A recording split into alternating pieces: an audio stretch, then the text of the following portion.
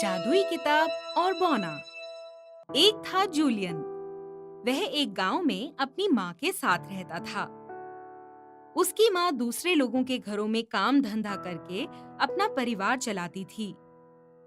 एक दिन उनके गांव में एक जादूगर आया। उसने गांव वालों को जादू के कई विचित्र करतब दिखाए। गांव वाले जादूगर से बहुत प्रभावित हुए। साथ ही उन्हें डर भी लगा कि कहीं जादूगर कुछ उल्टा सीधा ना कर दे। जादूगर जाने लगा तो उसने देखा जूलियन अपनी माँ के साथ रास्ते के एक ओर खड़ा है। जादूगर रुक गया। जूलियन की माँ ने कहा, जादूगर भैया, यह लड़का गांव में यूं ही फिरता रहता है। इसे मैं किसी काम में लगाना चाहती हूँ। शायद यह तुमसे ही कुछ सीख जाए। जादूगर जूलियन की माँ की बात समझ गया। उसने कहा, बहन, क्या तुम जूलियन को मेरे साथ भेजना पसंद करोगी? मैं इसे अपने साथ रखकर कुछ जादू भी सिखा दूंगा। इसे कोई परेशानी भी नहीं होगी। मैं पास के गांव में ही रहता हूँ। इस तरह जूलियन जादूगर के साथ चला गया। उसे माँ से बिछुड़ने का दुख तो था, लेकिन नई जगह जाने और जादू सीखने का उत्साह भी था। उसके मन में कुछ कर दिखाने की तीव्र इच्छा थी। जादूगर जूलियन का बहुत ध्यान रखता था। उसके घर में तरह तरह की विचित्र चीजें थी। सबसे अछूत थी जादू की किताब। जादू की वह किताब बहुत मोटी थी। जादूगर अक्सर किताब खोलकर पढ़ता था, फिर उसे जंजीर से बांधकर ताला लगा दिया करता था। वह नहीं चाहता था कि उससे पूछे बिना कोई उस किताब को छुए। जादूगर जब जादू की उस विशाल किताब को पढ़ता, तब जूलियन बड़ी उत्सुकता से उसे देखता रहता। सच तो यह था कि वह भी उस किताब को पढ़ना चाहता था, लेकिन सिर्फ चाहने भर से तो बात नहीं बनती। जादू की किताब पढ़ना तो क्या, जूलियन को उसे देखने का भी अवसर नहीं मिलता था। लेकिन एक दिन अचानक जूलियन का मनचाहा काम हो गया। जाने की जल्दी में जादूगर उस किताब पर बंधी जंजीर में ताला लगाना भूल गया। जूलियन को तो जैसे मन चाही मुराद मिल गई।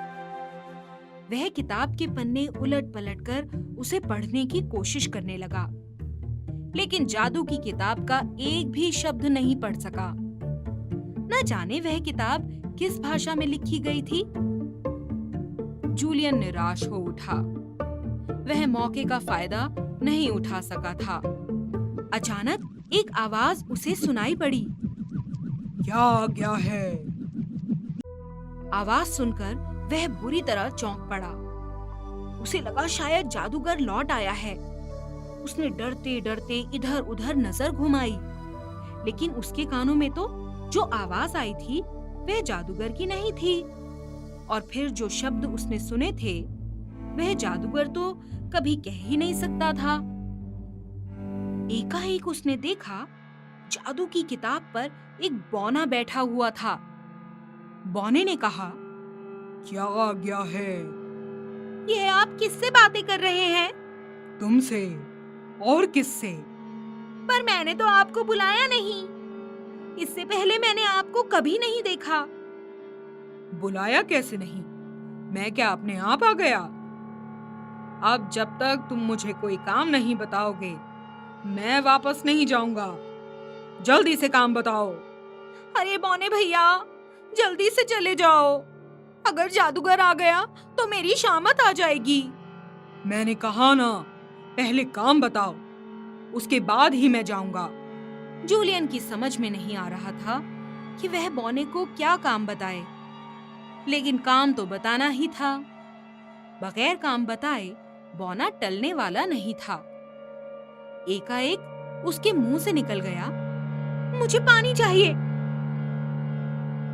यह लो। कहकर बौने ने पानी से भरा एक छोटा सा प्याला जूलियन की ओर बढ़ा दिया। जूलियन के सामने प्याले से पानी की धार कमरे में गिरने लगी। कमरे में सब जगह पानी ही पानी नजर आने लगा। अरे ये क्या कर दिया? इतना पानी नहीं चाहिए मुझको। बंद करो इसे, कहीं जादूगर आ गया तो। वाह, अब मैं पानी का बहना कैसे बंद करूं? तुमने पानी मांगा था, लेकिन यह नहीं बताया कि कितना पानी चाहिए। अब तो कमरा भर जाने के बाद ही पानी का बहना रुक सकता है। पानी जूलियन के घुटनों तक आ चुका था और प्याले से पानी की धार अब भी गिरती जा रही थी। जूलियन मेज पर चढ़ गया। पानी मेज से भी ऊपर चढ़ आया। अब पानी जादू की उस किताब को डुबोने जा रहा था। जूलियन ने झट से जादू की भारी भरकम किताब उठा ली और दोनों हाथ सिर से ऊपर उठा दिए ताकि किताब पानी में ना भीगे। तभी जादूगर कमरे में घुस आया। वह चीखा, सत्यानाश! अरे मूर्ख, ये क्या कर दिया? मैंने कुछ नहीं किया, ये तो इस बौ ने। जूलियन बस इतना ही कह सका।